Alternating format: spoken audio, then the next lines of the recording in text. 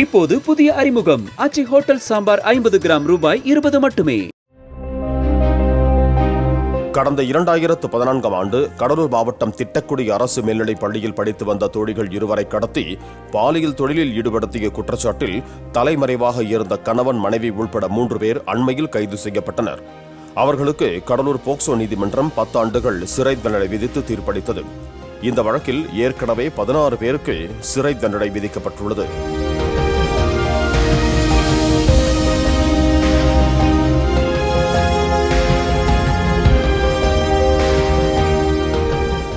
இப்போது புதிய அறிமுகம் ஆச்சி ஹோட்டல் சாம்பார் 50 கிராம் ரூபாய் 20 மட்டுமே. பிளே ஸ்டோர் மற்றும் ஆப் ஸ்டோரில் இருந்து பாலிமர் செயலியை QR கோடு மூலம் பதிவிறக்கம் செய்யுங்கள். செய்திகளை உடனுக்குடன் பெறுங்கள்.